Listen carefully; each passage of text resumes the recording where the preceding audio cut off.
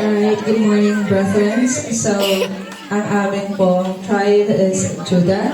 So, Judah is, yung ano po niya, yung pinaka-name niya ay nasa Genesis 29:35.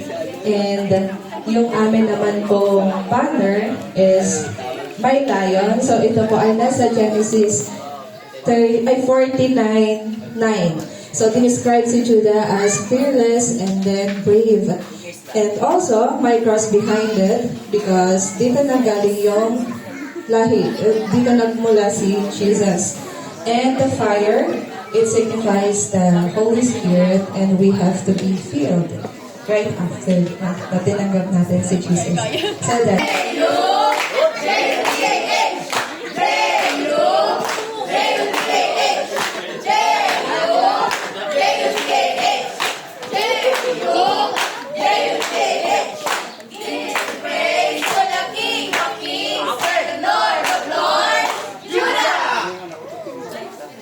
Lahi niya ako!